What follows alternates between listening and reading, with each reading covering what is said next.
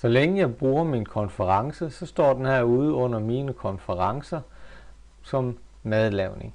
Men måske vil jeg ikke have den mere, eller jeg vil gemme den til senere, fordi den er sådan sæsonbestemt, så vi skal kun lave lune retter i starten af september. Så kan jeg klikke på det her arkivskab. Klikker på det, så får jeg en boks frem, der spørger, om jeg vil arkivere konferencen madlavning. Så klikker jeg ja, og den forsvinder herude fra min liste.